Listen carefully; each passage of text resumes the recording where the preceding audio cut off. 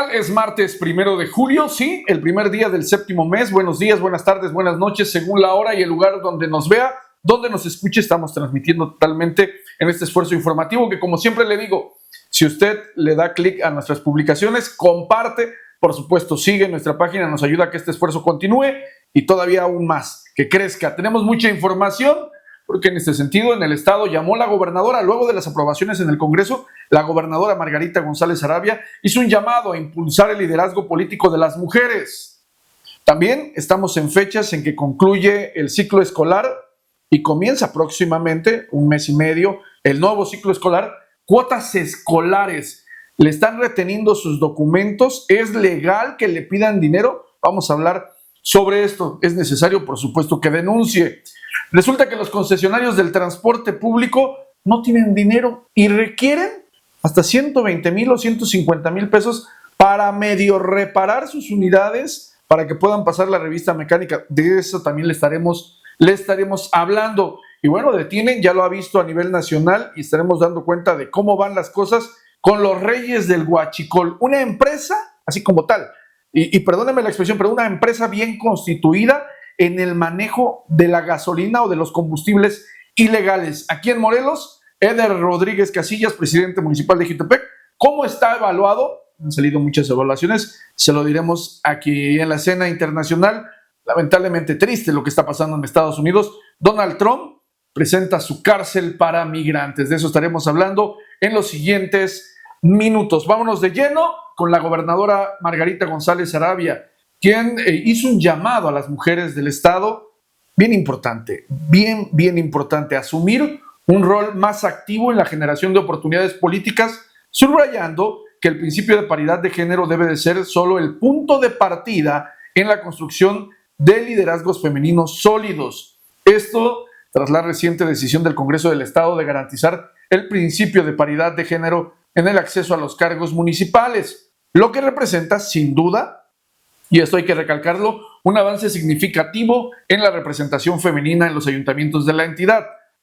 Durante su declaración, la gobernadora enfatizó que los cargos públicos, y en esta parte yo coincido y seguramente usted también, no deben asignarse exclusivamente por razones de género, sino por la capacidad de las mujeres para incidir y transformar la vida pública.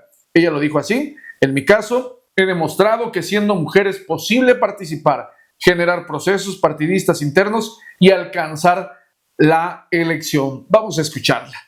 Yo creo que cada vez tenemos que ir avanzando más en la paridad, esa es mi opinión, que cada vez sean más los municipios que obligatoriamente sean las candidatas mujeres. Sin embargo, también es un llamado hacia las mujeres que cuando la probabilidad de elección son mixtos, o sea que puede ser hombre o mujer, podamos realmente aplicarnos las mujeres que queremos participar en política, de trabajar de manera mucho más fuerte en ese sentido. Yo les recuerdo que yo fui la única candidata a mujer a nivel nacional que gané las 3 encuestas para poder acceder a la candidatura. En el otro caso fue por temas de paridad.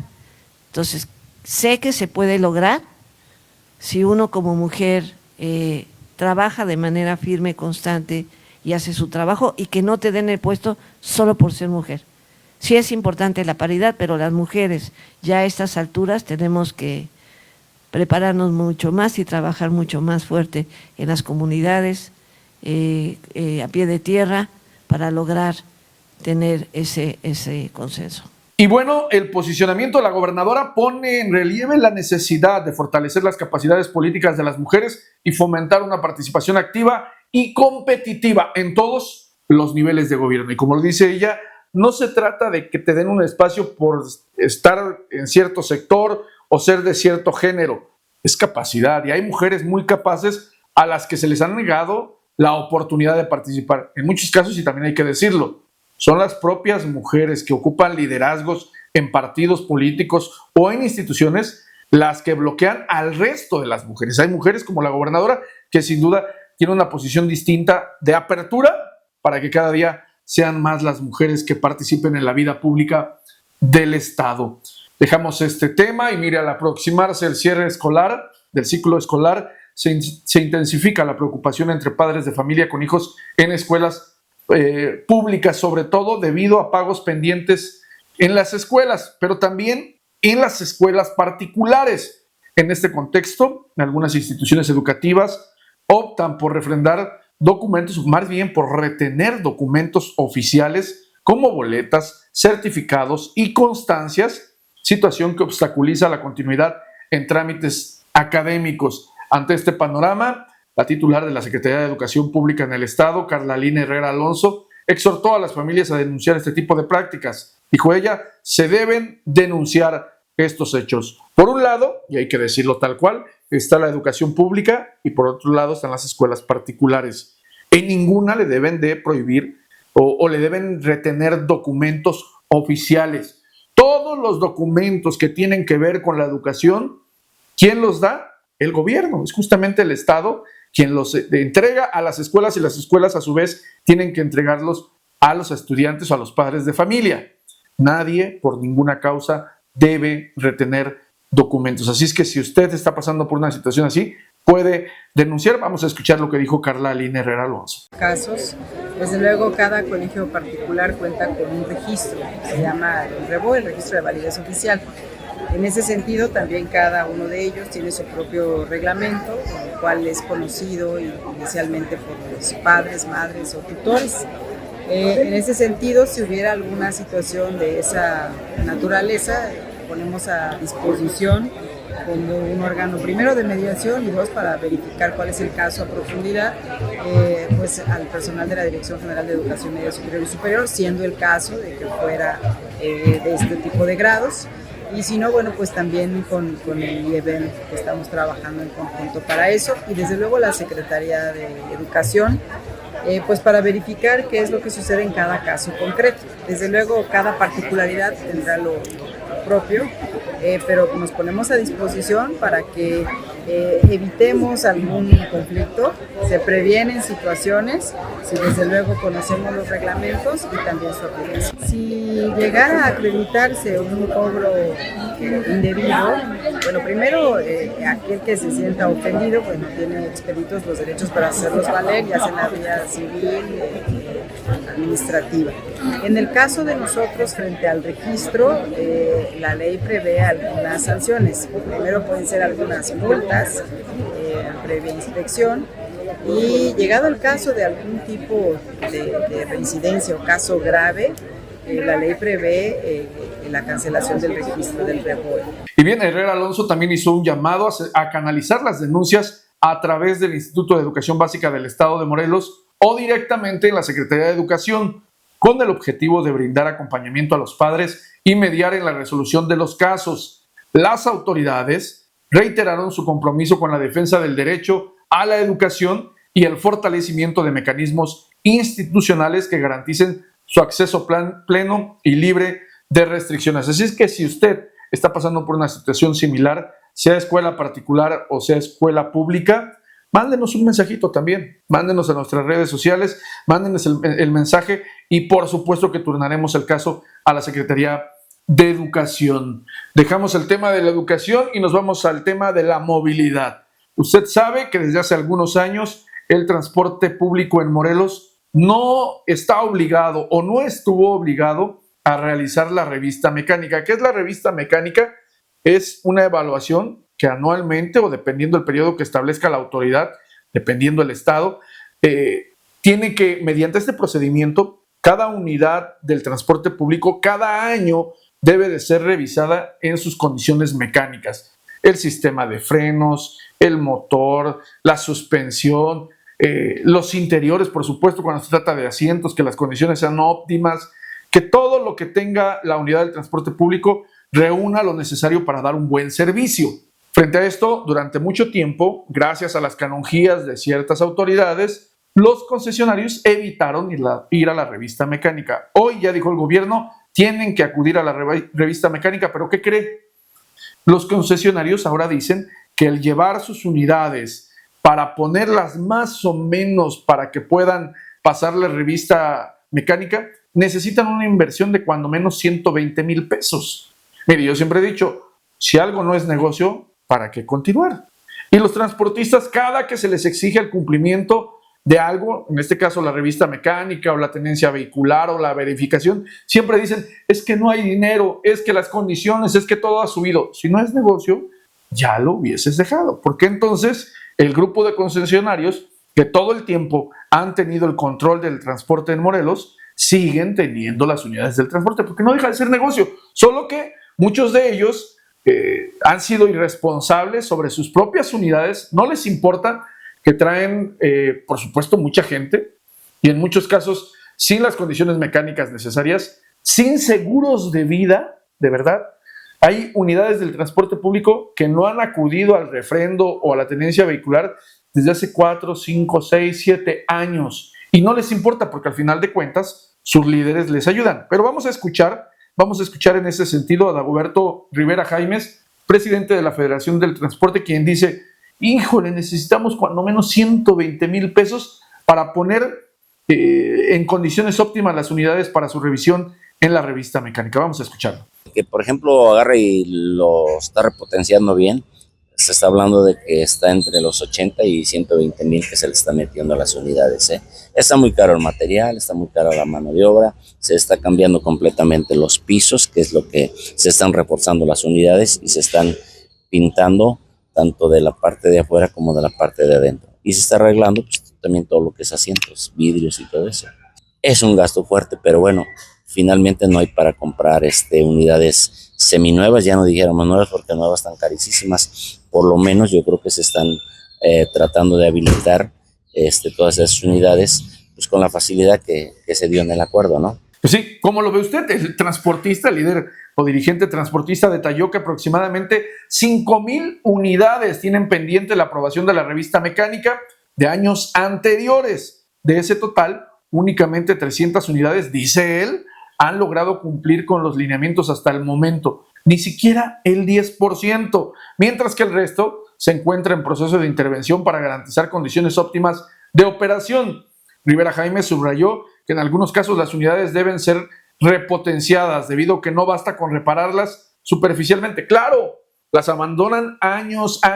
Ahora bien, en términos de movilidad y del transporte público, se establecen ciertos protocolos y ciertos mecanismos. Es decir, las unidades solamente tienen un ciclo de vida óptimo para poder funcionar.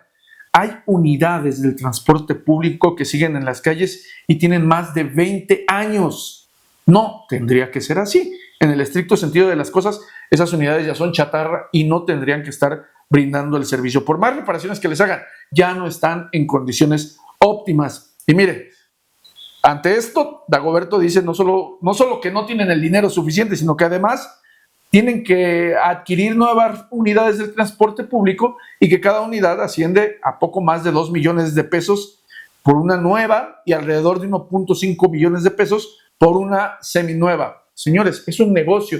Yo quisiera preguntarle al carnicero si el gobierno le da para sus máquinas, para sus refrigeradores. Yo quisiera preguntarle no sé, al que vende semillas, si el gobierno se las provee. Yo quisiera preguntarle a las fábricas si el gobierno les da las máquinas. No, señores, si es un negocio, ustedes tienen que reparar sus unidades y si es necesario comprar nuevas unidades. Pero si están nada más recibiendo, llega a pasar algo y no tienen el recurso porque ya se lo gastaron. Es decir, claramente el transporte público en Morelos no es óptimo.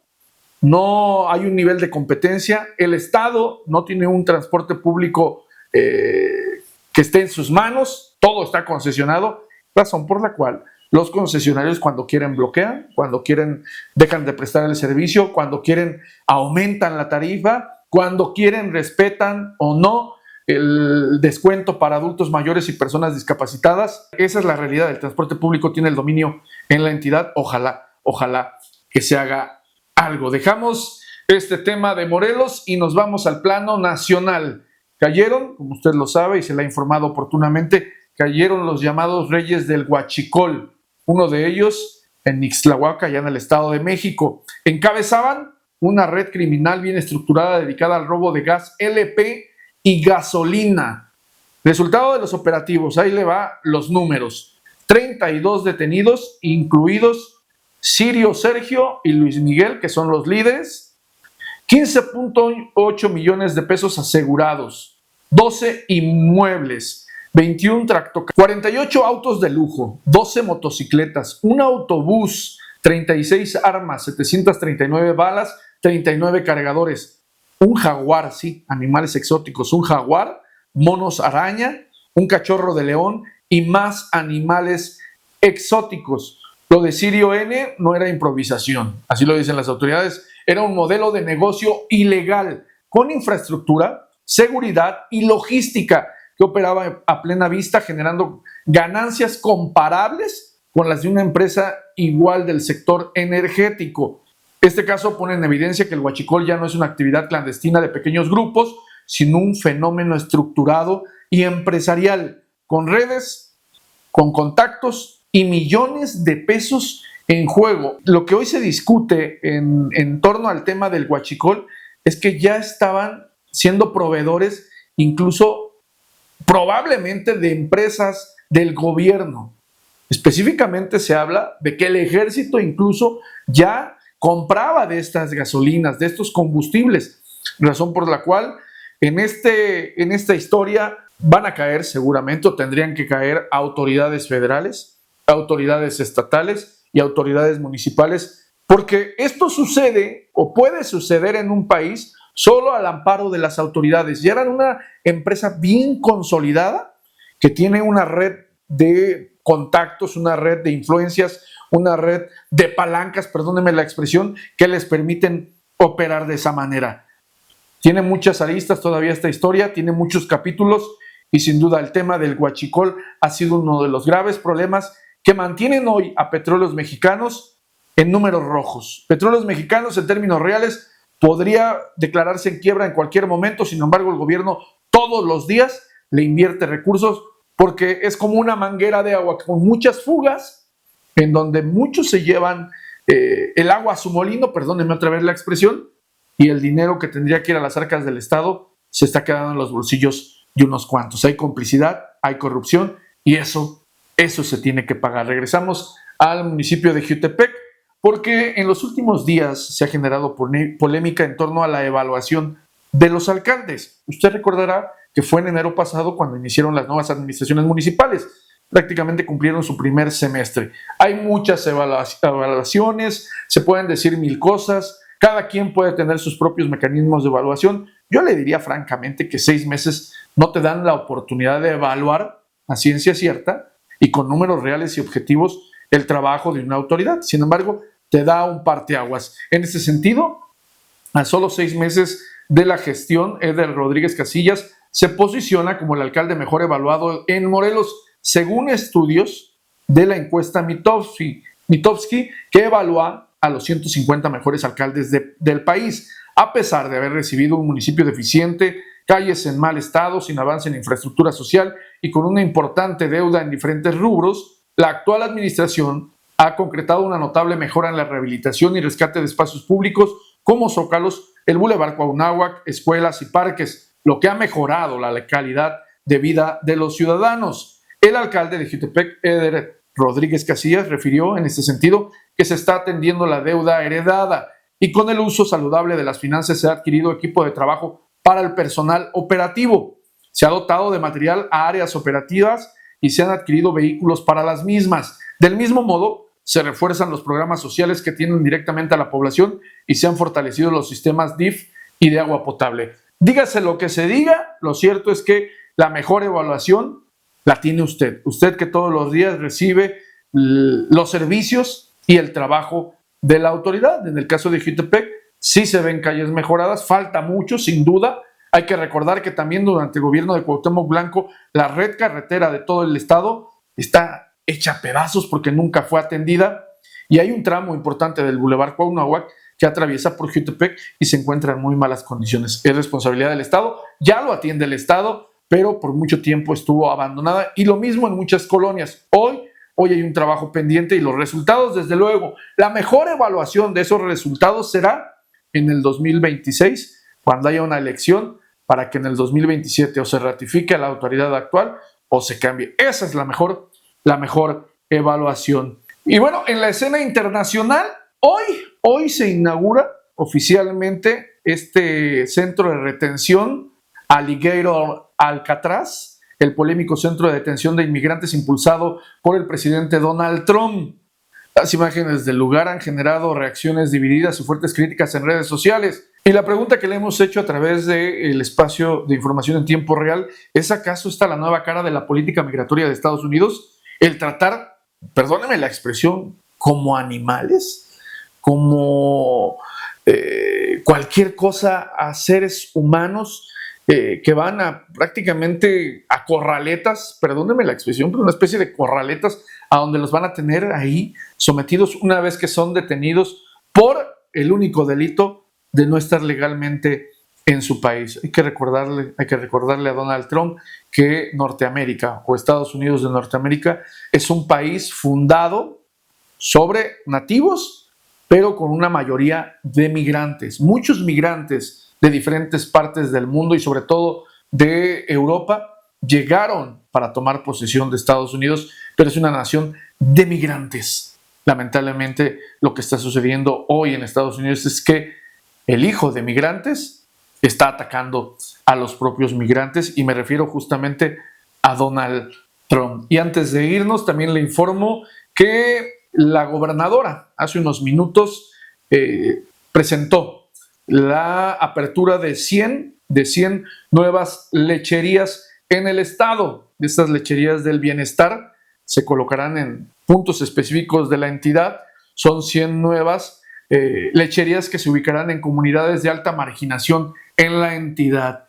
Esto, por supuesto, hay que reconocerlo, hay que aplaudirlo. Y finalmente, en el Ayuntamiento de Cuernavaca, el próximo jueves iniciará el programa de desarme. Se han destinado desde el gobierno municipal poco más de 200,000 pesos que servirán justamente para que aquellos o aquellas que tengan un arma, algún tipo de arma, cualquiera que sea, incluso granadas de fragmentación, puedan acercarse con la confianza de que no les harán nada. Eso hay que decirlo, no va a pasar nada, no les harán nada, no los detendrán. Y en cambio, si usted entrega un arma que le heredaron, que en algún momento compró, que en algún momento alguien le regaló y usted ya no la quiere tener en su hogar, la puede entregar en este programa de desarme, que será a partir del próximo jueves, y el gobierno municipal tiene destinado poco más de 200,000 pesos para poder responder a este programa. Con esto nos vamos, que tenga un excelente día, por supuesto cuídese mucho.